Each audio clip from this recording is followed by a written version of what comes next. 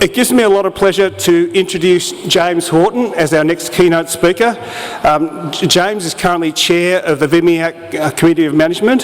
He's previously been VMIAC's treasurer and deputy chair 2015-2018, consumer rep on the Mental Health Ministerial Advisory Committee 2020-2021, member of the Innovation Reference Group for the Victorian 10-Year Mental Health Plan 2016-2018. He is a civil society representative on the Open Government Forum 2017 to 2021, which is a multi-stakeholder forum that oversees the federal government's open government partnership commitments. In this capacity, his engagement focused on commitments related to data sharing and governance.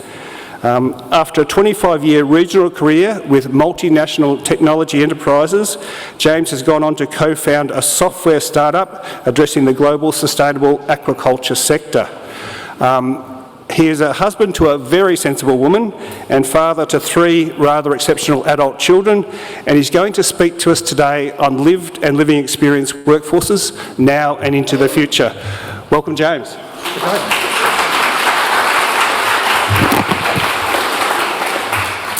Let me begin by respectfully acknowledging the traditional custodians on the land that we meet, the Arunogiri people of the East Kulin Nation, land that was never ceded, and I pay my respect to the elders past, present and emerging.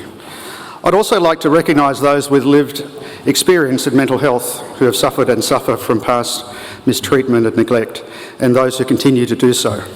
I also recognise those with a lived experience of addiction and substance abuse, and I recognise their fundamental right to live with dignity and our obligation to create better, safer and more compassionate mental health and AOD systems, services and communities. Well, it's a pleasure and a privilege to be here. I'm not sure you probably expected to get a startup founder in agriculture, but I'll weave in some observations from my world that may, I hope, will be informative. Well, we come together at a time of extraordinary possibilities. The Royal Commission and the mental health reform process in which we now find ourselves is opening up possibilities that a few years ago we might not have dared to dream about, let alone begin to conceive of. So, welcome to the world of be careful what you wish for. In this world, our biggest challenges actually come from within, our ability to rethink and to reframe and reimagine. It's about creating new preferred futures and how to let go of the old ones. It's from making small steps to bold strides.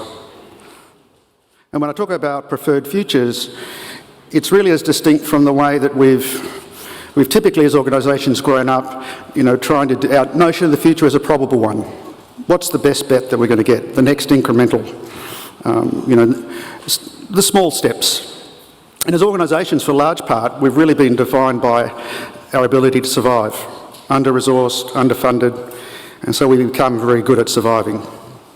Our measure of success ultimately becomes our survivability, how good we are at surviving. And to be clear, survivability is not the same as resilience. And in many ways, survivorship has also been a way that we have identified as individuals. Surviving our illnesses and addictions, surviving discrimination, surviving inadequate, ineffective and inappropriate services and systems. But building a shared vision for mental health and AOD requires that we move beyond this idea of survivorship to what I'd like to think of as thrivership. That demands vision and a sense of our preferred future. And doing that requires resilience, not survivability. I'm kind of reminded of a story of a flea in a jar that jumps up and keeps bumping its head on the lid trying to get out. After a while it learns to jump just high enough not to bump its head.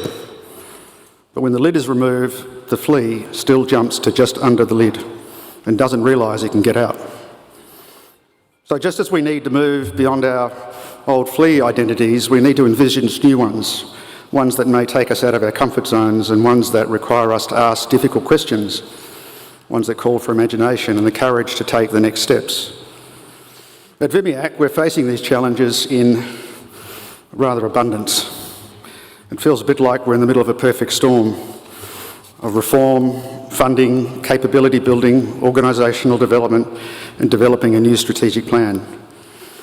We are being stretched in every direction as an organisation. It feels like we're trying to pack 5 years of growth and change into maybe 1 or 2. And when I'm not being the chair of VMIAC, I work in the world of technology startups as a founder and a chief technology officer. I guess where else do you find someone with issues with ADHD, anxiety and depression? And there is a correlation in this sector, by the way. That's another story. The startup analogy we often talk about is that it's a bit like taking off in a partly built plane and learning to fly it and finish it before you land.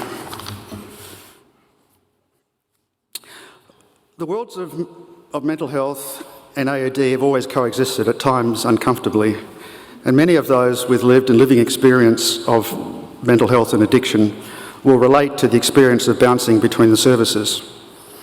I actually recall my brother who, in one sense, was caught in that, but in the other sense, I think the service was caught in him, and it didn't end well. I'm going to defer to many of you out there about how mental health and AOD have co-evolved over the decades. But my general view is that models of funding shape models of care and vice versa. And these shape the organisations and institutions that deliver them. And as consumers, our service expectations are shaped by what we believe them to be, not necessarily what they are and should be. Mental health has traditionally been rooted in psychiatric and medicalised models of care and institutionally based approaches to service delivery. The mental health consumer movement, which VMIAC represents, arose very much to give voice to people being harmed by the system by seeking to draw attention to harmful practices and breaches of human rights.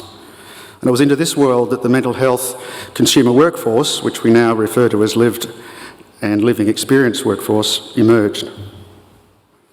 Notwithstanding its recognition in the mental health reform process, it's a workforce that, as you've heard from Mary and Catherine, has been profoundly undervalued, underpaid, undersupported, often working in isolation in at-risk settings with little authority or agency. And quite often by young people who are in their own lives vulnerable. So if we believe that human dignity and rights are fundamental underpinnings of safe, effective and compassionate mental health and AOD systems and services, then the lived and living experience workforce have a vital role to play in advocating for, providing agency to and supporting the recovery of those that are suffering. Now here's the thing, delivering services well does not mean they are being received well. When a person's ability to self-advocate is limited by impairment and or lack of knowledge, how do you know? How do you hear them? And who speaks for them? And for much the same medical model reasons, AOD has existed separately to mental health. And I suspect that some of the same workforce issues have, to a degree, been experienced in the AOD sector. So where are we now?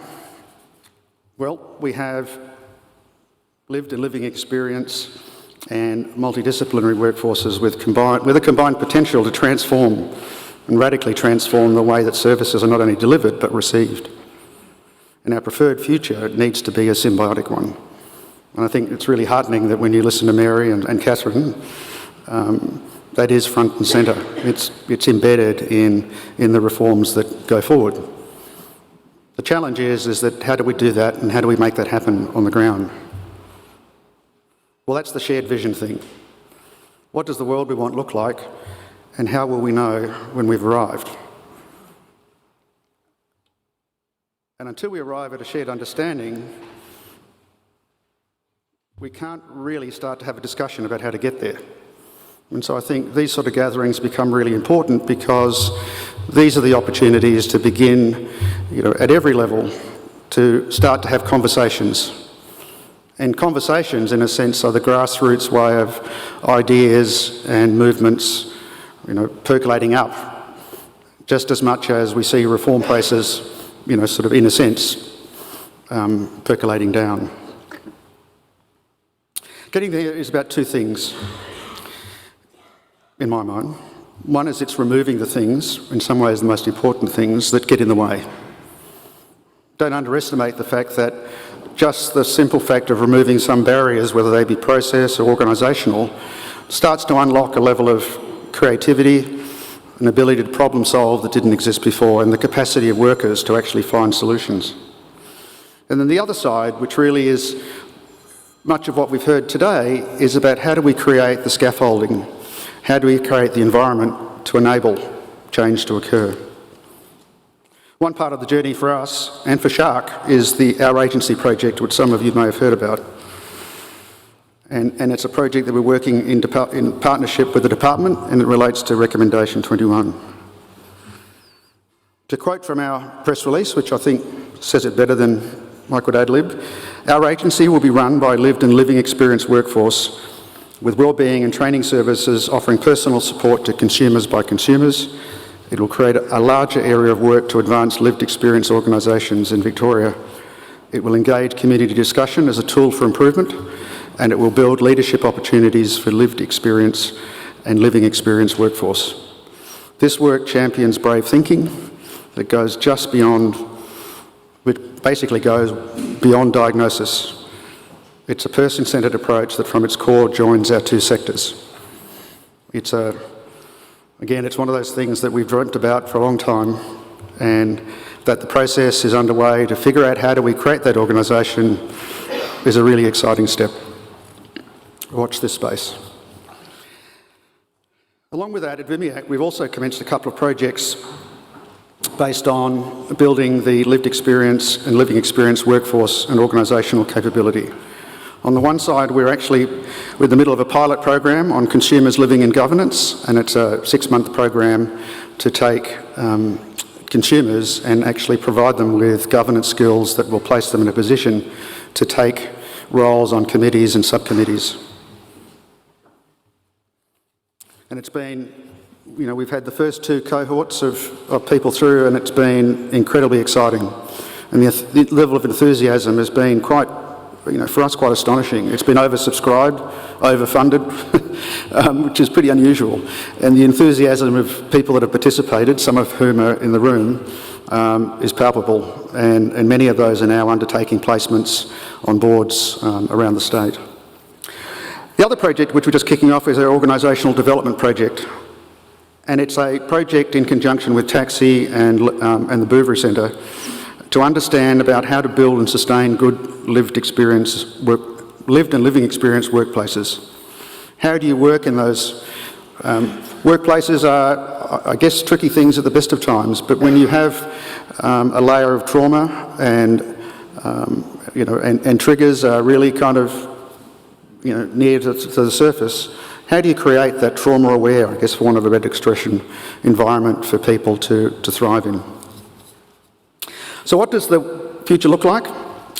Well, in my CTO tech world, when it comes to building apps, the user experience is everything. 2 apps can deliver the same functionality, so think mental health or AOD services. However, the one that delivers the better user experience usually wins, even if it has less functionality. Importantly, user experience is not a one-time, in application development, it's not a one-time co-design exercise. It's a continuous one of monitoring and measuring how users engage, continuously making small and often imperceptible changes.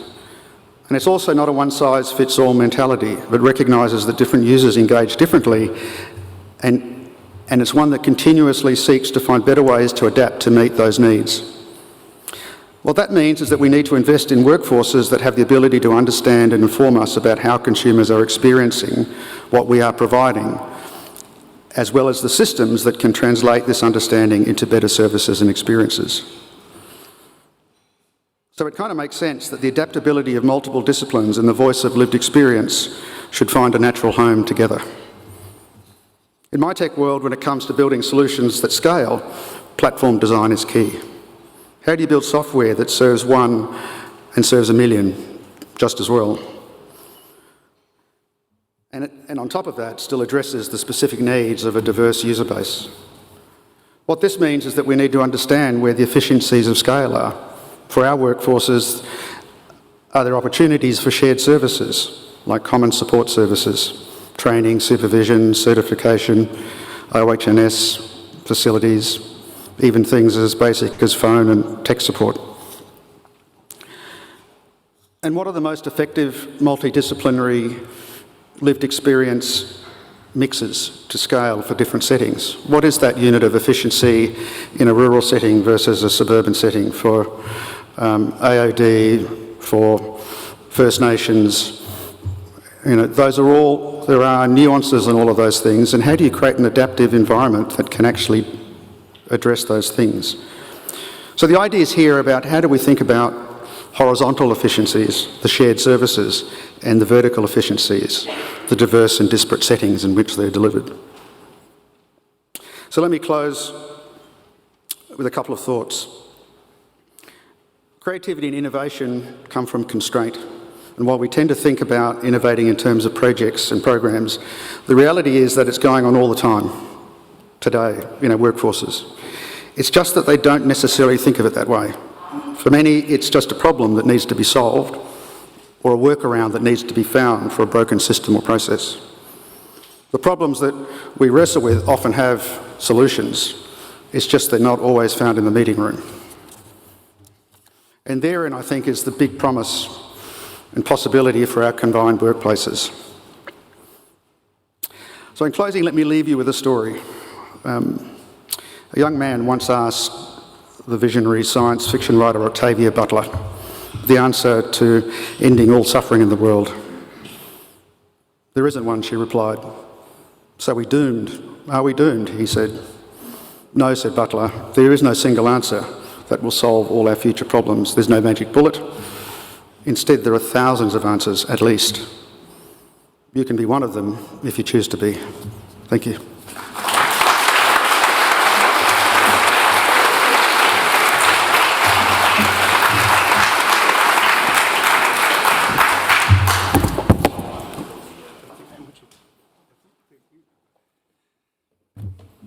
That was just awesome, James. What a wealth of richness in that talk.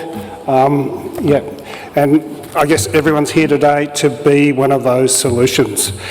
Our next two speakers are Krista Vanderheide, Director at the Mental Health AOD Policy and Strategy, and Associate Professor Shalini Arunogiri at the new Statewide Centre. They're going to both talk on supporting the delivery of integrated treatment, care and support. Krista's going to come in via video conference, and we're lucky to have Shalini here today. By way of introduction, Krista is a policy professional who has worked for the Commonwealth Government in consulting roles and for the past 8 years in the Victorian Public Service.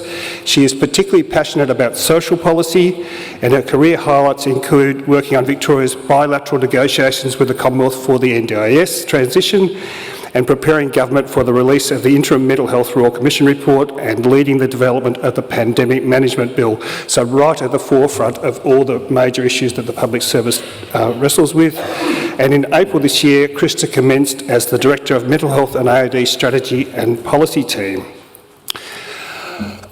Shalini Arunogiri, many of you will know Shalini. She's a clinical addiction psychiatrist, clinical director of the new Victorian Statewide Centre for Addiction and Mental Health, a turning point. She's chair of the Royal Australian New Zealand College of Psychiatry, Faculty of Addiction Psychiatry, board member for the International Society of Addiction Medicine, National Health and Medical Research Emerging Leader Fellow at Monash University. She has over 50 peer-reviewed publications and growing rapidly, and over $14 million in research funding following completion of her PhD in methamphetamine psychosis. I don't think she sleeps. She's a passionate advocate for women in medicine and research, STEM, and mum to an energetic 6-year-old boy. So we're going to bring Krista in, beautiful, and we're ready to go. Thanks, folks.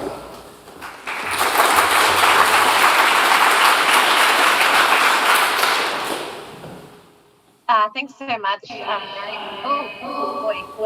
I can hear myself and see myself. It's quite intense. Oh, that's much better. Thank you very much. Now, as I can see, I'm obviously reigning above you all at the moment, so I will put a presentation up so that you don't have to stare directly into my eyes as I speak to you. But before I do, I did just want to say thank you so much for inviting me to speak, and it's So pleasing to see so many of you there. I'm sorry I wasn't able to be there in person.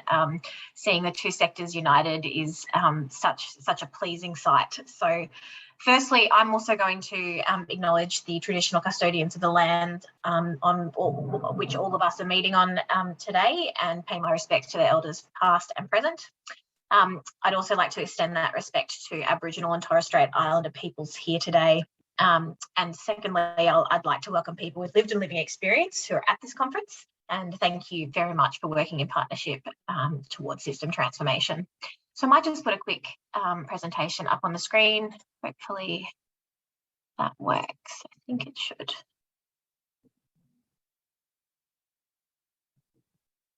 Looks like it's working. Excellent.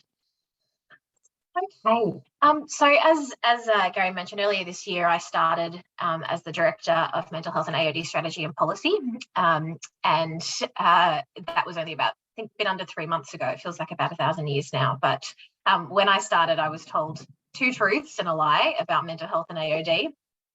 First, there won't be much work in the way of mental health policy. The path is already totally mapped out by the Royal Commission. Second, we've never really achieved the dream of integrated treatment, care and support, but the unique opportunity afforded by the Royal Commission means we've got a real chance at it now. And third, our sectors comprise some of the most dedicated and helpful people working today, and they just need us to get the building blocks right. So obviously the first one was a major lie. The Royal Commission was a huge and detailed, impressive map of reform, but it didn't and certainly couldn't tell us everything about policy. The second one is absolutely true. Simple things like sharing a day together today for reflection and planning, through to the more complex things like implementing this shared vision that we're gathering together, are possible and are happening. For the third, also undoubtedly true. In the first few months of my role, I've had some truly illuminating conversations with some of the most passionate people I've ever had the privilege of working with, and all of you are committed to getting it right. So today I just want to talk a bit about how my team is committed to bringing the same energy and passion to the work that you all do. So as well as talking through the new integrated treatment, care and support guidance, which was published last week, which is very exciting, I want to reflect on how we can continue to work together to meet the needs of many people in our state, in our communities, families and homes who need us all to do better. So what does doing better mean for people who need mental health and AOD treatment, care and support? The Royal Commission was fairly clear on this one. We need to help our systems to connect better and to recognise each other's unique strengths. As all of you know, Victoria's AOD system has many strengths. What spoke to my team and I as we prepared this guidance that was released last week was our sector's long history of putting people at the heart of decision making, our peer workforce, our whole of person response, and our partnerships with other systems and organisations. And as for the mental health and wellbeing system, we're really seeing a shift towards recovery-oriented and trauma-informed practices, a focus on mental health and wellbeing promotion and prevention, expanding lived and living experience workforces and the growth of the consumer and care movements, and a real strength in reducing the stigma associated with mental illness.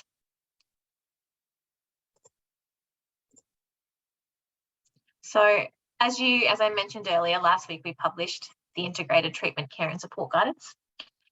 The first thing we did when we were developing this guidance was to work out a shared vision for people with co-occurring needs. This vision is set out here on the slide. So we understand that this vision is not going to be achieved overnight, and we're going to need to work together to rise to the challenge and stay the course. We do think the guidance does a good job at setting out the building blocks for change, though. It provides the overall concept and direction for how people with co-occurring needs and their families and supporters should be able to experience integrated treatment, care and support. It sets out 11 expectations of service providers, underpinned by 4 principles, to ensure that regardless of whether a person seeks support in the mental health and wellbeing or the AOD system, they'll be met with the same understanding and standard of care.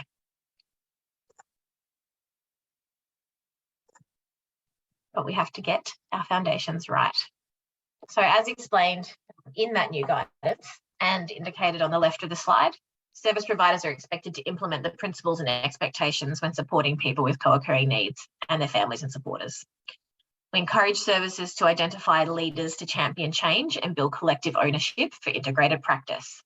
Some of the ways to do this are by incorporating the principles and expectations into your existing policies, plans, models of care and processes, and developing staged implementation plans by which programs and services become more integrated, care capable. As well as making sure we're all on the same page for understanding what AOD and mental health means, we also need to get our system and service foundations established. As Catherine mentioned earlier, an important part of this is growing our services to ensure that more people have access to treatment, care and support when and where they need it. Key parts of this service expansion are, first, new statewide service for people living with co-occurring mental illness and substance use and addiction. Shalini is going to talk about this in a bit more detail after me. Excuse me. Also, our new local adult and older adult mental health and wellbeing services, which are where many people will first turn for support, are being established. The new services will provide integrated and holistic responses to meet people's co-occurring needs. Work is also underway to establish an emergency department mental health and AOD hub in each of the 8 regions. These hubs will provide integrated treatment, care and support to people with co-occurring needs who are experiencing a crisis or emergency. And there are many other important services, including Statewide Trauma Centre, the Collaborative Centre, etc. Also really important are key mental health reform governance structures and the different avenues for engagements in these.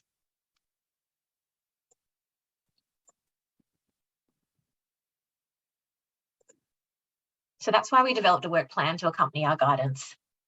The work plan describes how system reforms will enable, promote and embed integrated treatment, care and support. It places some of the key reform initiatives across 5 enabler categories, which you'll see listed on the left here. Collaboration and governance. This includes cross-sector relationships, collaborative spaces and new structures to support implementation and oversight, new and reformed services, system coherence, including pathways and information sharing within and across the systems, capability, including workforce planning and supports, and resourcing, performance and accountability, which is ensuring sufficient resourcing and outcomes-oriented funding and performance monitoring. So I thought we could have a closer look at the collaboration and governance enabler group. We've got a range of forums in place that are going to help the implementation of our integrated care agenda and support cross-sector collaboration. These include our governance bodies, including the Mental Health Ministerial Advisory Committee, or the MAC as it's known, which helps guide and shape reforms, as well as identifying opportunities for further collaboration and innovation. Membership includes peak bodies and mental health and wellbeing sector leaders, including Turning Point. And the Interdisciplinary Clinical Advisory Group, which is a subcommittee of that MAC Advisory Committee, that provides expert advice on systems, services and processes, and ensures the needs, strengths and interests of Victoria's diverse communities are represented. Membership comprises of leading mental health clinicians, specialists and experts. To ensure that people with lived and living experience are partners in the design and delivery of integrated care, we also draw from the expertise of the Internal Lived Experience Advisory Group and the AOD Lived and Living Experience Advisory Group. Consultation with our AOD Expert Advisory Group helps us understand how reforms affect our specialist AOD sector and helps us gather best practice advice on implementation of the AOD-related recommendations. Collaborative spaces to support cross-sector relationships will also be delivered by the newly established interim regional bodies that will commence building relationships within each mental health and wellbeing region, the work of the statewide service that will enhance integrated care capability of the sectors, and a network of partner providers that will provide access to expert advice and deliver communities of practice or other continuing professional development models. I'd like to acknowledge the sector-led collaborative spaces existing and emerging to support our vision. This includes VADA's cross-sector advisory group, as well as the leadership of the Victorian Dual Diagnosis Initiative, whose generous contributions have shaped our efforts to date. Our collaboration with the sectors will be ongoing as we learn about implementation of the reforms and what we might need as a result. We'll keep working with you to make sure that your voices are heard. So I know the sector's worked tirelessly in the face of a very challenging 2021, and certainly in the first half of this year as well hasn't been that much easier to meet the needs of people with lived and living experience and families and supporters. But as you can see from these quotes and from what our engagement tells us, we know that you're keen for a lot more. It's clear that in addition to whole of system reform work, ongoing efforts required to support the implementation of the guidance. So critical milestones include collaborative work to operationalise the guidance and define the application across different service settings and further define people's access to and pathways between services.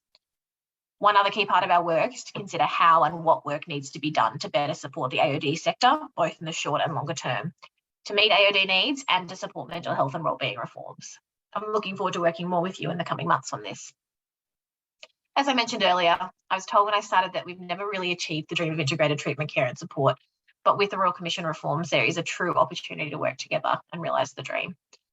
There are engagement opportunities across all of these reforms, and we're encouraging you guys all from both sectors to participate through the calendar of engagement opportunities that you'll see available on the Department of Health website. So together, I think we can make this happen. I might hand over to Shalini now. Thank you all.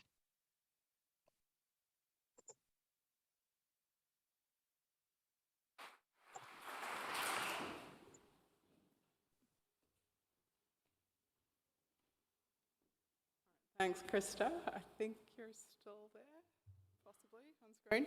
So I'm just going to switch over. I'm not sure if my slides can come on screen now.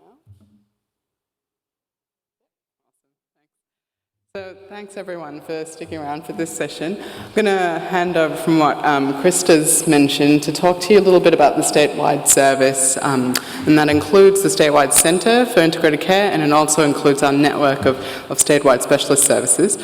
Before I kick off, I just wanted to echo the comments already been made this morning, and also the acknowledgements that have been made.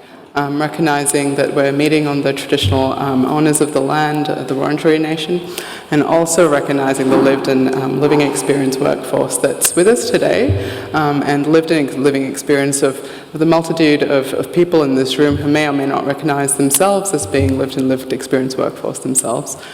In terms of kicking off this session, I'm really keen to try and keep us to time because I know that we've got a packed agenda for the rest of the day, so I'm going to try and keep this fairly short. But if there's anyone in the room who has questions, etc., please come up and grab me later. And if you're listening online, please feel free to flick through an email as well. So just to start off, in terms of thinking about some of this space, we've had a little bit of time to think about this, but to be honest, there's a dizzying array of work currently happening across integrated care, across the mental health treatment reforms, the Royal Commission, and so this is just a tiny piece of the bigger picture. And for those of you who've had an opportunity to look at the integrated care guidance that was released last week and the accompanying work plan, you'll see that integrated care in and of itself understandably fits into a whole range of different pieces of work that's been part of the Royal Commission and the rollout.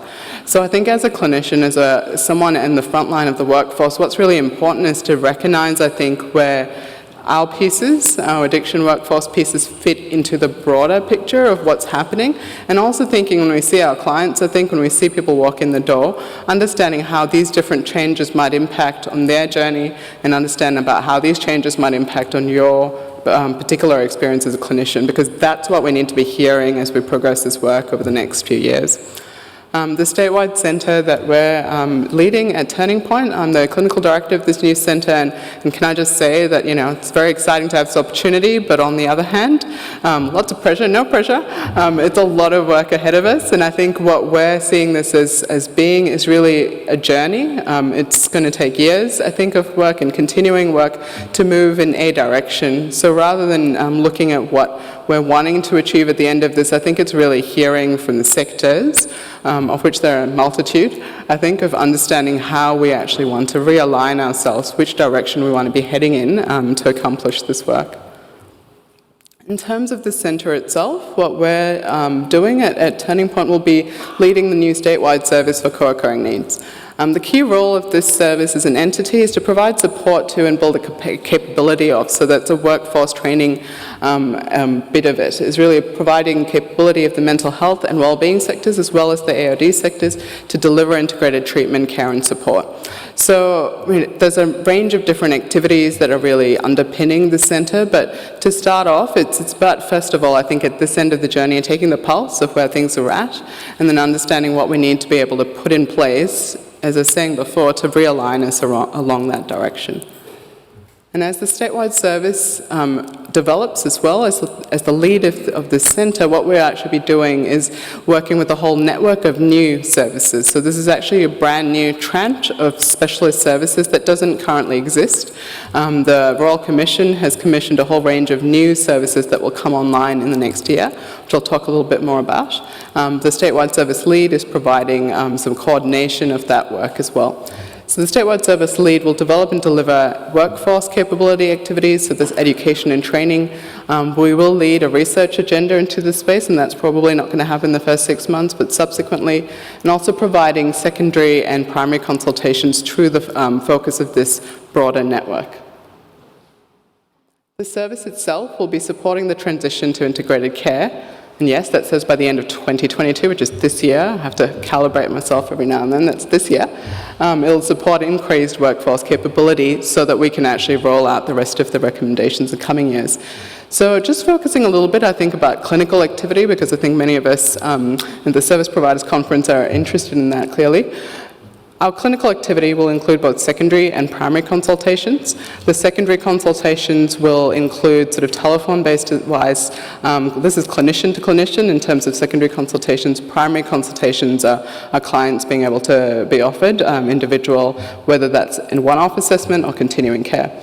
So the secondary consultations will be offered to the state and statewide, and we've also got primary consultations which will be prioritising support for area mental health services in the first 12 months, and this is purely to be able to first of all meet the needs of what the Royal Commission had very much in its sights in terms of being able to deliver treatment to that highest intensity needs. But I guess what we've been advocating for through this whole process is also understanding how we can continue to deliver care and support for the whole range of other people who don't get captured by that AOD, Area Mental Health Service specific lens. We are acutely aware, being a clinician myself, in terms of people who come through the primary care door or come in through AOD services who may present with high intensity addiction needs, but may not necessarily be able to access or navigate their way to being able to get those needs assessed and treated. So I think this tranche of being able to continue to deliver care will be something that we continue to prioritise. To put this into a picture, because it's a little bit easier to understand, a little bit, not dramatically so. There's a lead provider, and what we're actually looking at is, as I said, a whole new tranche of new services. This is a sector that doesn't exist yet, and that includes 4 partner providers, as they're called, or addiction specialist services. These addiction specialist services, there will be 4 to start with, there'll be 8 at the end of kind of the Royal Commission rollout.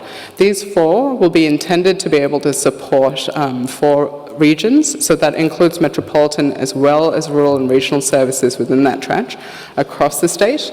And these 4 specialist services will work together with the lead provider ourselves to be able to articulate and develop a whole new model of care that, again, as I said, we'll be able to do by the end of 2022, aiming to do clinical service delivery by the start of next year. So this addiction specialist sector, when I say this sector doesn't exist, I mean this is also building on top of the range of addiction medicine and nursing services that currently exist. But this specialist sector is meant to be about giving people a space to be able to escalate issues where we know that clients currently, for instance, may really struggle to get in to see a psychiatrist or see an addiction medicine specialist. It's being able to provide a new specialist sector very similar to any other health disorder. So for instance, if you had diabetes and you went in to see a GP, the GP was struggling with that management, they'd have somewhere to send that patient to. And this is what the specialist sector is designed to do in the addiction space. It's a sector that doesn't exist yet. So for us, I guess, it's both an opportunity and brings a lot of challenges with it. Designing a completely new sector from ground up means that we need to actually start to think about what those needs are across the state. And those needs are clearly going to be different in rural and regional settings as they are metropolitan settings. So it's being able to hear from clinicians across the workforce as to what those needs are within their own settings, and that includes within mental health settings, understanding what the area mental health services most need. And to some extent, I guess it's an interesting exercise we've been going along, because if you don't know that support exists, you might not know who or what those needs are. So it's a bit of an iterative process, a bit back and forth about thinking, if I had a capacity to refer someone on, what are those specific needs I want to refer them for? And that ties into our workforce capability piece as well. In terms of thinking through these partner providers and as they get stood up, just sharing some pieces of information that the department has been working on in this process of actually procurement, actually looking at who those 4 specialist providers are going to be. And those partner provider services are meant to be able to deliver a whole tranche of different things over the next coming years. They'll be looking at sort of developing this centralised triage process, and that's purely also to start to think about how we get people into a new service sector. That triage process will involve evaluation frameworks and data collection to be able to understand who it is actually who's coming into the service system. Because I think over time, particularly as the rest of the Royal Commission implementation processes happen, who actually needs this sort of care will become clearer to us. At the outset, at the moment, it's still hard to really know who this service sector is going to be for. So that triage process is also about understanding that. We're also going to be developing a whole range of different things, including consultation processes, but also workforce capability, access pathways, and then contributing towards research and education and ongoing support. In terms of where we are in space and time, we're mid-year this year, we have a range of different activities coming up towards the end of the year. For us, it's the statewide centre specifically, just calibrating, I guess, for everyone in terms of where this process is at. We're looking at 2, I think, key activities for the rest of this year. Consultation is the main activity that we're hoping to really get into between now and the end of this year.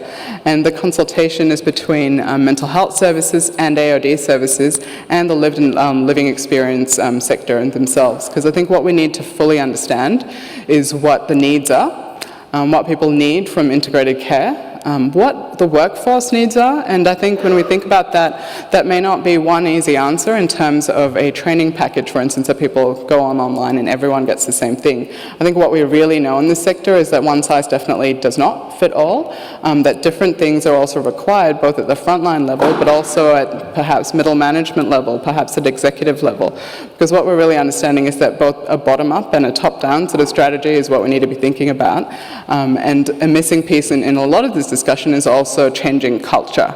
I think there's lots of training exercises, there's lots of knowledge building exercises that we can suggest, that we can pull from evidence, that we can build, but the missing piece alongside of all of that is understanding how we change the culture of the system.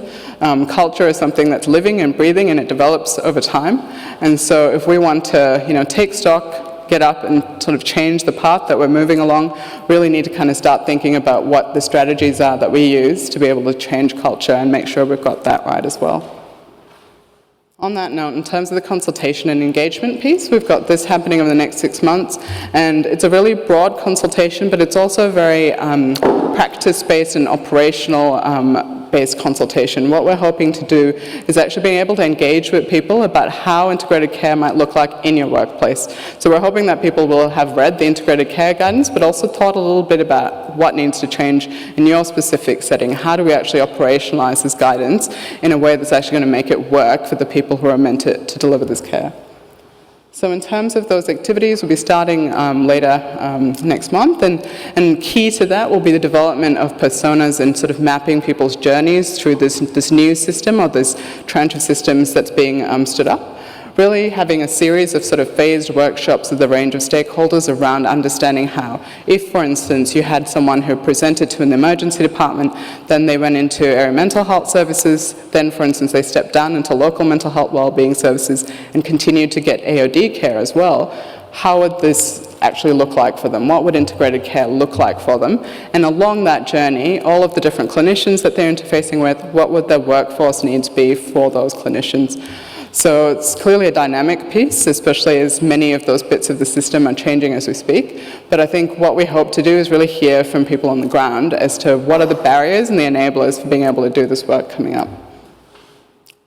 And so in terms of the topics, I've spoken a little bit about that. In the interest of time, I won't kind of go through this in detail, but suffice to say, we hope to cover a range of things. It's quite a demanding exercise, this consultation, in the context of these personas, in the context of understanding people's stories. What we need to change so that for individuals actually coming in through the system, that this actually does feel like a cohesive piece of work, that it doesn't feel fragmented or sectioned. And so in terms of my final slide, just recycling a quote that I think Pat McGrory had at the Royal Commission rollout, I think really this really does speak to, I think, some of the comments that people have already made this morning. We're going somewhere and we don't really actually know what the destination's going to look like, and putting in context, I'm not really sure anyone internationally knows either.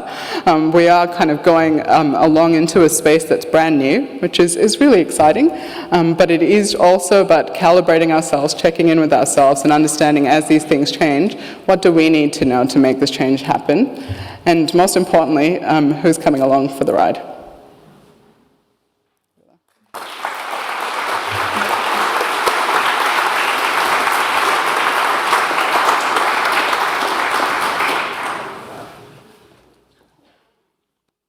Thank you so much, Shalini. That's just such an exciting vision and such a great process, and I'm sure all the people in the room are coming along for the ride and very keen to be involved in those discussions that you've mapped out there.